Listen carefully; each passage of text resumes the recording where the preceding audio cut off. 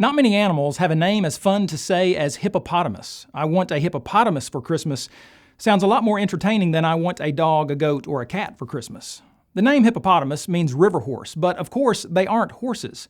Hippopotamus comes from two Greek words, potamus meaning river, and hippos meaning horse, the order of which makes you wonder why the animal's not called potamus hippo.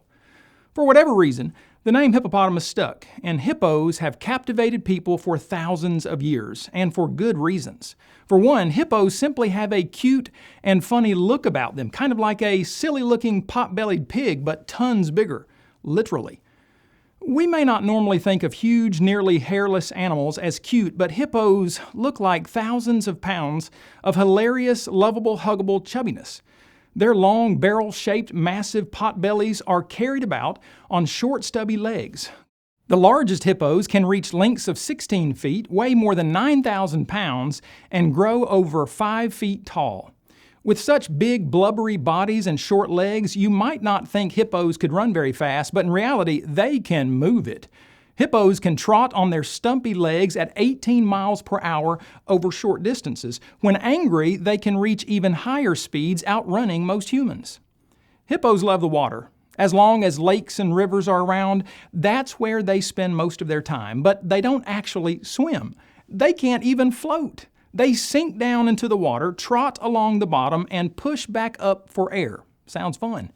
Amazingly, hippos often sleep underwater. But how do they breathe?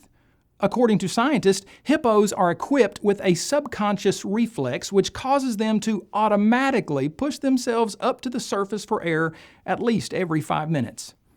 Have you ever done a cannonball in a pool or a river and not held your nose? I don't recommend it. That shot of water up your nose can sting, take your breath away, and make you cough. And sometimes you can get excess water in one or both ears, which can cause discomfort, infection, and can make your hearing kind of muffled. Hippos don't concern themselves with getting water up their nostrils or in their ears. They have the ability to shut their nostrils and press their ears against their heads when going underwater in order to keep out most all of the water. What little water that might seep in, they quickly and forcefully expel from their nostrils and vigorously wiggle out of their ears upon resurfacing. Don't let a hippo's seeming adorableness deceive you. This animal is actually one of the most dangerous creatures on the planet. It's not that they're hungry hippos. They're just very territorial, especially in the water. Every year in Africa, hundreds of people who dare to get too close to these dangerous animals wind up losing their lives. Truly, one of the last places you would ever want to find yourself is in the jaws of a hippo. Though they are herbivores, that doesn't stop them from using their massive mouths and foot-long teeth to chomp down on nearly any animal or human that enters their territory, including crocodiles. A hippo's bite has been measured at 1,800 pounds per square inch. A hippo can open its mouth 150 degrees wide and then bite down with literal bone-crushing force. Neither lions nor crocodiles are any match for the jaws of this creature. If you lived in the blistering heat of East Africa and were out in the sun for very long, you would likely need a lot of sunscreen to moisturize and protect your skin. You would also want to take along some antibiotics, such as Neosporin, so that if your skin cracks or you get a cut, you can properly treat your wound. Washing a wound in the dirty water in which hippos live would only worsen things. What do hairless hippos, at least mostly hairless, do to survive the hot African climate when they can't find much water? How does their bare skin not crack, peel, blister, bleed, and become infected during intense sun exposure?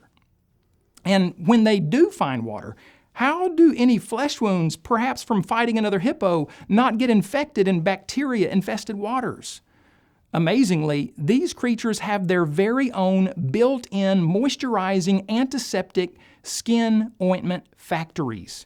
We're not talking about merely sweating salty water, which is cool enough and literally cools us off. Hippos produce and secrete a thick, oily fluid from special glands in their skin.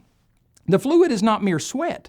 Neither is it blood, even though some used to think so, since it turns red and then brown on the skin of hippos.